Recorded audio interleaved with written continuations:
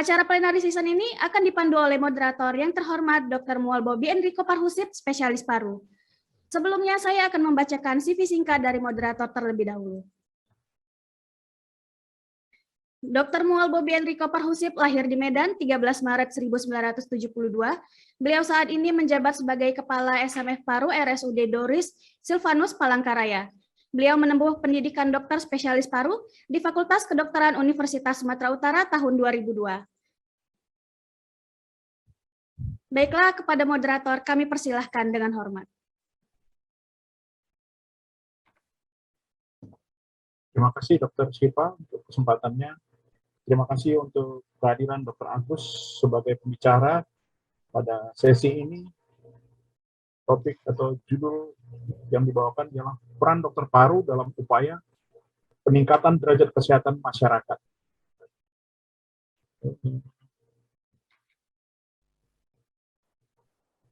Untuk waktu dan tempat, kita persilahkan kepada Dr. Agus. Terima kasih. Ya, terima kasih. Selamat siang. Assalamualaikum warahmatullahi wabarakatuh.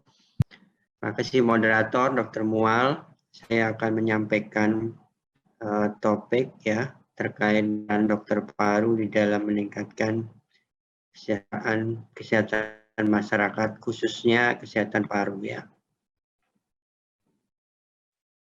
Sudah kelihatan slide-nya, Mbak? Sudah, dokter? Ya. Jadi pada siang hari ini saya akan menyampaikan beberapa bagian dari tema yang saya sampaikan yang tentunya terkait dengan bagaimana dokter paru berperan di dalam upaya meningkatkan kesehatan paru masyarakat Indonesia. Ya. Ada tema tentang bagaimana kesehatan respirasi itu dan kemudian problem 5 besar dari penyakit respirasi dan bagaimana strategi peningkatan kesehatan respirasi masyarakat. Kalau kita lihat bahwa paru adalah organ dalam yang satu-satunya berhubungan dengan dunia luar ya. Karena unik organ dalam ini ada salurannya langsung lewat saluran nafas atas kemudian saluran nafas bawah.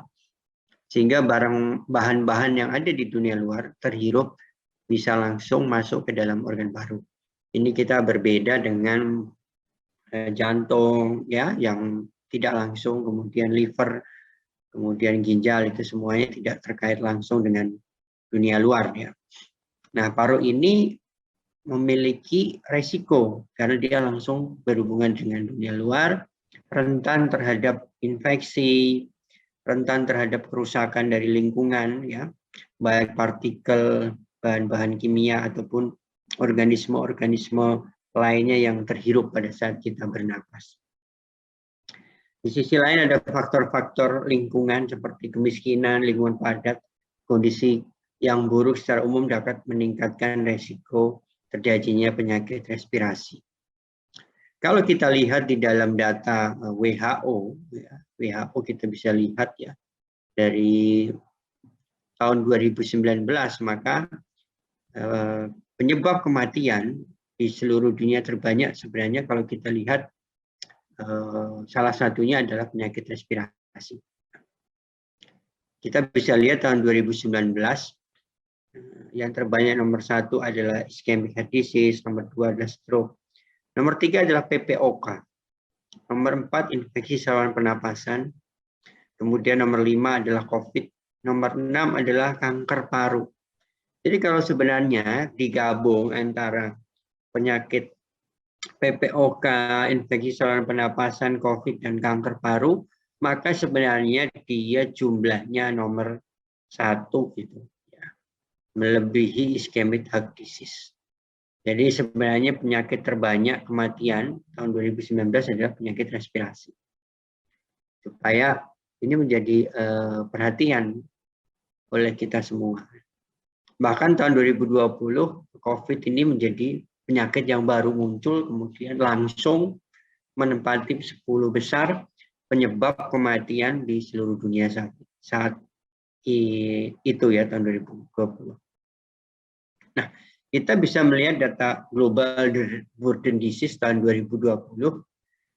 Kalau kita bandingkan dengan tahun 1990 ya, tahun 1990, maka terjadi pergeseran yang cukup berarti ya dalam periode hampir 20 tahun ini, di mana kita bisa melihat bahwa penyakit respirasi mencakup lebih dari 10% dari keseluruhan disability yang terjadi dalam 5 tahun, dan 4 dari 5 penyakit terbanyak respirasi ini menempati 20 besar penyebab kecacatan di seluruh dunia.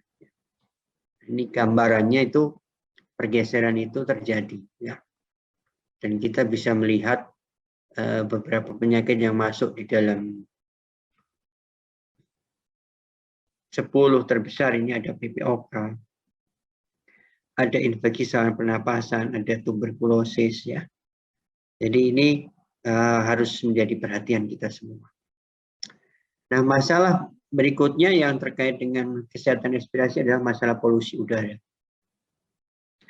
Sekitar 90% orang menghirup udara luar ruangan dengan kadar polusi yang melebihi batas anjuran dari WHO.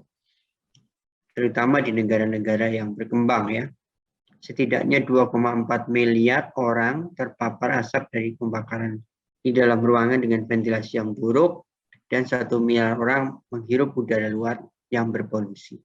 Dan setidaknya 1,3 miliar orang terpapar dari polusi asap rokok. Masalah asap rokok sendiri juga menjadi masalah serius buat kesehatan respirasi, dengan jumlah perokok yang terus meningkat. Sebanyak 77 juta kematian setiap tahun ini berkaitan dengan asap rokok. Ya. Dan penyakit yang terbanyak dengan asap rokok ini adalah penyakit respirasi. Jadi masalah polusi, masalah asap rokok ini menjadi masalah yang sangat serius saat ini di seluruh dunia, bukan hanya di Indonesia. Dan penyakit yang erat berkaitan adalah penyakit paru dan pernapasan atau respirasi. Nah, kalau kita lihat sebenarnya penyakit respirasi 5 besarnya apa sih yang harus menjadi perhatian kita semua ya. Yang pertama adalah PPOK, yang kedua adalah asma, kemudian infeksi saluran nafas bawah termasuk COVID ini ada di dalamnya, tuberkulosis dan kanker paru ya. Jadi itu ada 5 besar atau the big 5 dari penyakit respirasi yang harus menjadi perhatian kita semua. Yang pertama adalah PPOK atau COPD. Ya. Jadi sekitar 300 juta orang menderita PPOK atau kurang lebih 4% dari populasi dunia. Dan sekitar 3,2 juta meninggal setiap tahun, sehingga PPOK ini menjadi penyebab kematian 3 terbanyak di seluruh dunia. Jadi ini menjadi masalah yang harus diperhatikan oleh teman-teman. Karena kalau kita lihat 4% dari populasi dunia, bisa jadi 4% dari penduduk Indonesia juga ada kasus PPOK. Riset di Jakarta saja pada penyapu jalan yang kita temukan sekitar 3% penyapu jalan itu menderita PPOK. Dan kemudian riset di Jakarta juga pada penduduk, bukan hanya di Jakarta ya, di beberapa kota seperti Jakarta, Tangerang, Subang, pada salah satu riset dilakukan tahun 2015, itu juga menemukan sekitar 6% pada bukan perokok itu menderita PPOK. Jadi sebenarnya cukup banyak di PPOK di sekitar kita, tapi kemungkinan besar ini adalah underdiagnostic, ya, tidak terdiagnostik. Nah, biaya ekonomi juga cukup tinggi ya, 6% dari total pengeluaran perawatan, dan faktor risiko utamanya adalah asap rokok. Nah, tadi prevalensi di Indonesia sekitar 3,7%. Yang kedua adalah asma, ya. Sekitar 350 juta orang memiliki asma dan terus meningkat dalam 3 dekade terakhir. Merupakan penyakit kronis terbanyak pada anak, menyebabkan hampir 500.000 kematian per tahun dan lebih dari 1.300 kematian per hari. Dan menyebabkan lebih dari 30% angka rawat inap pada pasien anak. Prevalensi di Indonesia sekitar 2,4%. Berikutnya adalah infeksi saluran pernapasan bawah. Ya. Salah satunya adalah COVID. Ya. Jadi salah satu penyebab kematian terbesar dengan lebih dari 2,4 juta kematian tiap tahun adalah infeksi saluran pernapas bawah atau pneumonia biasanya. Dan ini penyebab kematian paling banyak pada anak kurang dari 5 tahun dan lansia di atas 65 tahun. Nah, pneumonia ini disebabkan oleh bakteri, bisa disebabkan oleh virus. Nah, salah satunya oleh virus COVID-19. Dan angka kejadian infeksi saluran napas bawah ini di Indonesia sekitar 4%. Nah, COVID ini tangani ya, dan kita tahu bahwa sekarang masih pandemi, belum berubah menjadi endemi. Oleh karena itu, masalah COVID ini masih menjadi perhatian. Dan tentu predileksi atau infeksi utamanya ada di saluran nafas dan paru ya. Dan kita bisa lihat dari seluruh dunia sampai 7 Maret itu ada 445.096.612 kasus dengan 5.998.301 kematian di seluruh dunia. Di Indonesia sendiri sampai 8 Maret ada 5 juta kasus, 5.800.253 dengan 150.831 kematian. Penularannya sangat cepat sekali, apalagi varian yang baru yaitu Omicron. Berikutnya adalah tuberkulosis, dan ini menjadi salah satu masalah yang harus didalami oleh kita, karena ini ada terus. Ya. Kita tahu TB itu di seluruh dunia bahkan ditemukan dari zaman Mesir kuno. Ya, di salah satu mumi yang ditemukan, dicurigai ada infeksi TB tulang. Oleh itu ditemukan penyakit yang sangat lama sekali. Dan sekarang ini masih belum dapat dieradikasi di seluruh dunia. Jadi hampir tiap hari kalau kita melakukan praktek sehari-hari akan ketemu pasien TB ini, dan Indonesia saat ini menduduki ranking ketiga sebagai penderita TB terbanyak di seluruh dunia. Tahun 2019 ada 10 juta kasus TB dengan 500.000 kasus TB resisten obat. TB resisten obat ini menjadi salah satu yang harus kita perhatikan di dalam tata laksana TB. Ya, karena TB resisten obat ini obatnya adalah khusus dan harus ditangani secara spesial ya, karena multidisiplin tim pada penanganan TB resisten obat ini. Sebanyak 8,2% kasus TB baru mengalami koinfeksi HIV yang menyebabkan 1,4 juta kematian per tahun. Prevalensi di Indonesia estimasinya 842.000 jumlah kasus dengan hanya 69% yang patuh berobat. Berikutnya adalah kanker paru. Ya, kita bisa lihat bahwa perkiraan kanker paru pada tahun 2020 ada 2,2 juta kasus baru dan 1,8 juta kematian. Kanker paru memiliki angka mortalitas yang terbanyak pada laki-laki terutama, dengan 5-year survival rate-nya hanya sekitar 10-20%. Jadi sedikit sekali kesempatan 5-year survival-nya. Jadi kalau sudah terdiagnosis kanker paru, hanya 10-20% yang bisa masa tahan hidupnya bisa sampai 5 tahun. Dengan kanker paru ini memberikan kerugian 150 miliar dolar pada tahun 2010 dengan prevalensi di Indonesia 1,79%. Di luar 5 penyakit Big Five itu ada penyakit respirasi lain yang cukup banyak, dan salah satunya yang sekarang ini menjadi perhatian adalah sleep related breathing disorder ya, yang mungkin lebih dari 1 miliar orang mengalaminya. Dan nanti berakibat dampaknya pada hipertensi pulmoner, kemudian juga ada penyakit-penyakit paru lain yang terkait dengan lingkungan, pneumokoniosis, silikosis, asbestosis. Ya. Ini harus menjadi perhatian kita semua.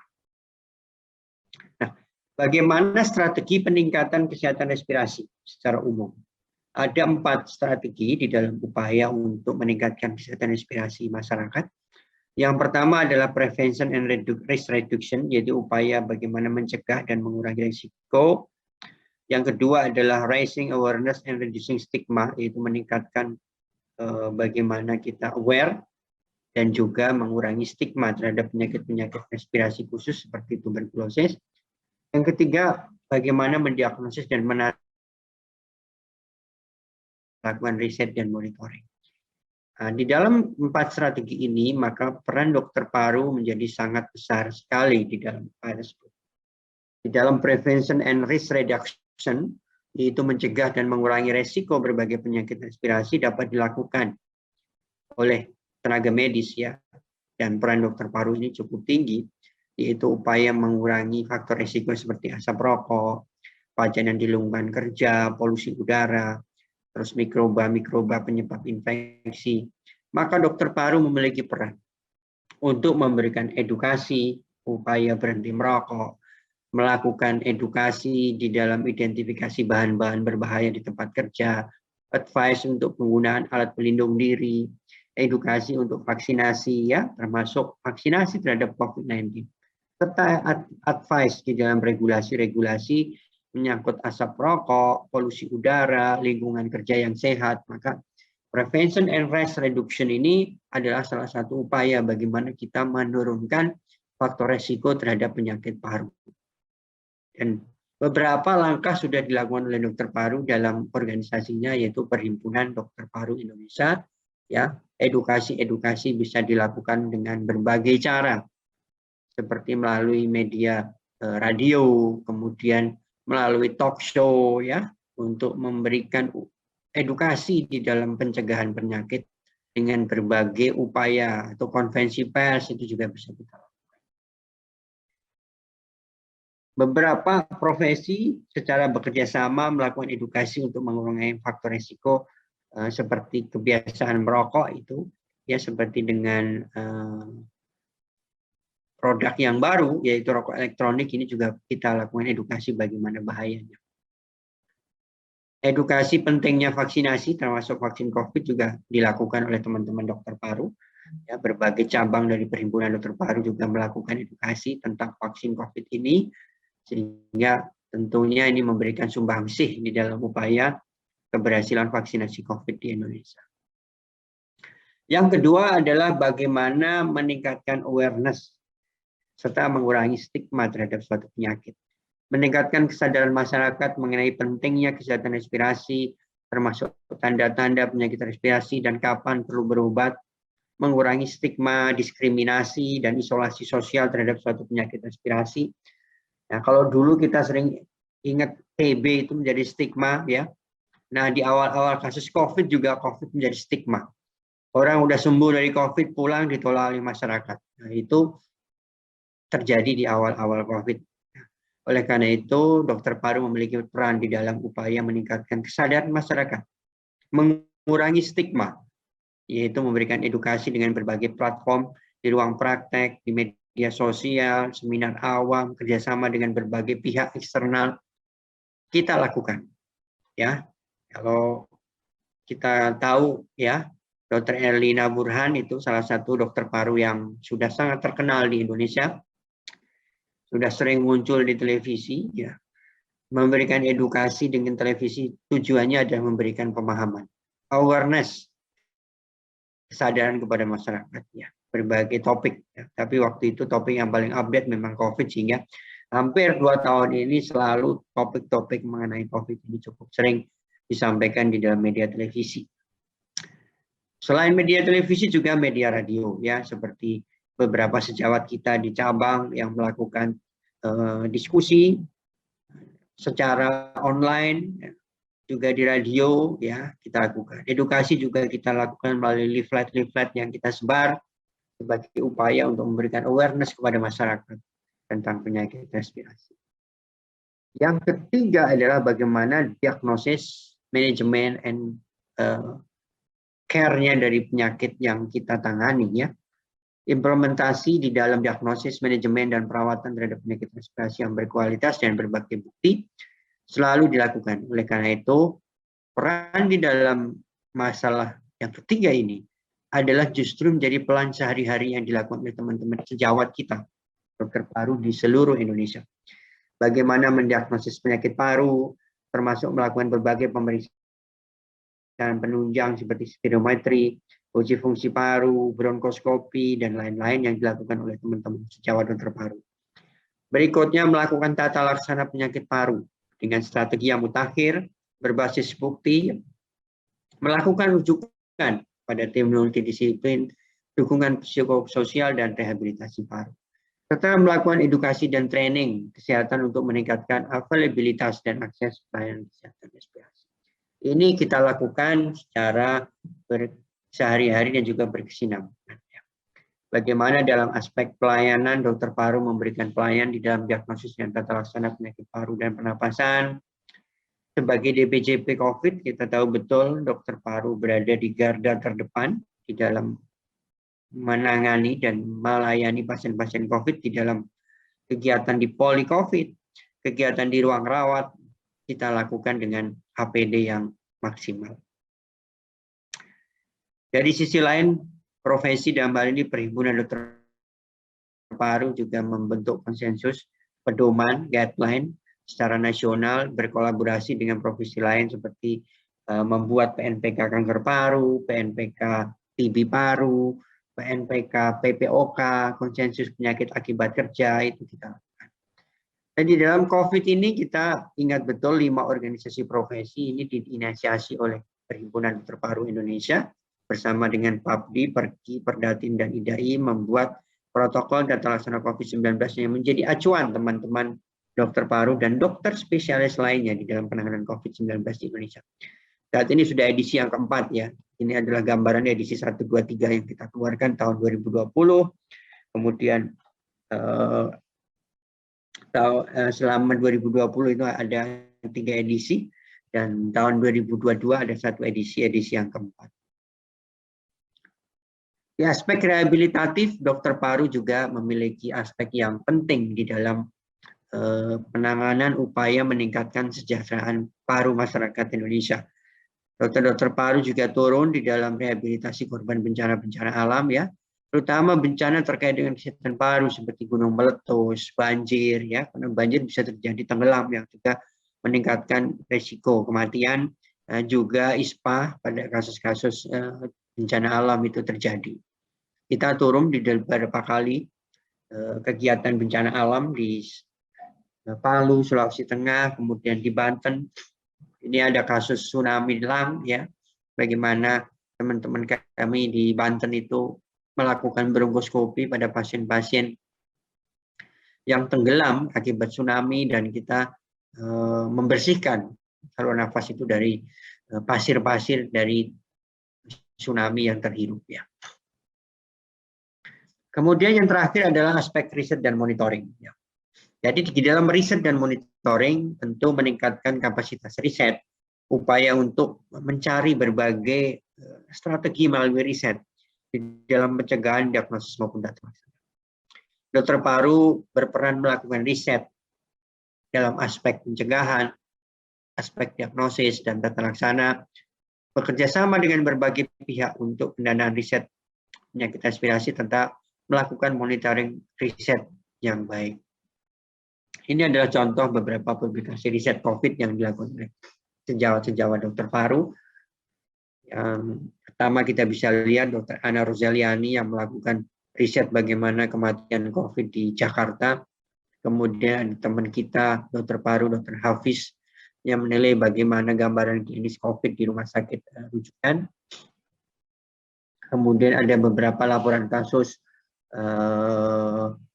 yang terkait infeksi DHF dengan COVID, kemudian juga masalah tata laksana penggunaan obat seperti tocilizumab pada COVID yang dilaporkan teman-teman sejawat di PDPI Banten. Ini adalah bukti bagaimana dokter paru juga berkontribusi di dalam riset, ya, riset dan publikasi, ya, bukan hanya di nasional. Ini tadi yang saya sampaikan adalah bagaimana publikasi-publikasi itu ada di jurnal-jurnal internasional. Yang ini bisa dibaca oleh seluruh dunia. Dan kalau kita kembali kepada visi misi Perhimpunan Dokter Paru Indonesia, tentu topik siang hari ini sangat tepat sekali. Visi dari PDPI adalah menjadi organisasi profesi dokter paru yang profesional, berintegritas, terdepan di dalam mendukung pencapaian kesehatan paru masyarakat Indonesia setinggi-tingginya.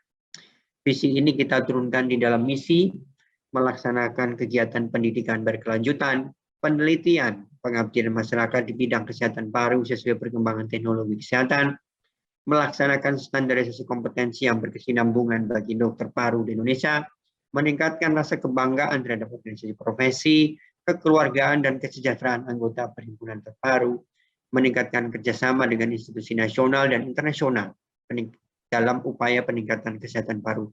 Dan yang kelima, berperan aktif dalam sistem pelayanan kesehatan nasional khususnya terkait kesehatan paru dan pernapasan. Dari sini jelas sekali terlihat bahwa Perhimpunan Dokter Paru Indonesia berkomitmen untuk meningkatkan kesehatan paru masyarakat Indonesia sebagai upaya mendukung program pemerintah menjadi Indonesia Sehat. Kesimpulannya, bahwa sistem respirasi rentan sekali mengalami berbagai masalah kesehatan, seperti infeksi ataupun kerusakan dari luar, terlebih dengan meningkatnya polusi udara dan kebiasaan merokok. Penyakit respirasi termasuk penyakit yang paling banyak menyebabkan mortalitas dan morbiditas di seluruh dunia. 5 masalah utama penyakit respirasi adalah PPOK, asma, infeksi saluran napas bawah termasuk COVID, tuberkulosis, dan kanker paru. Di dalam upaya meningkatkan kesehatan paru dan pernapasan, maka peran dokter paru menjadi sangat penting sekali di dalam upaya baik pencegahan, diagnosis, tata laksana, edukasi dalam upaya meningkatkan kesadaran masyarakat, serta mengurangi stigma, serta melakukan berbagai upaya-upaya riset dalam upaya meningkatkan kesehatan respirasi masyarakat Indonesia.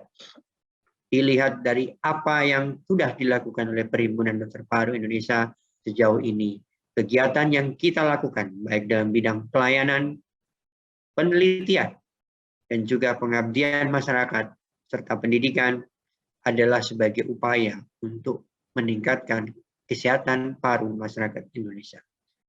Demikian paparan dari saya. Terima kasih. Wassalamualaikum warahmatullahi wabarakatuh.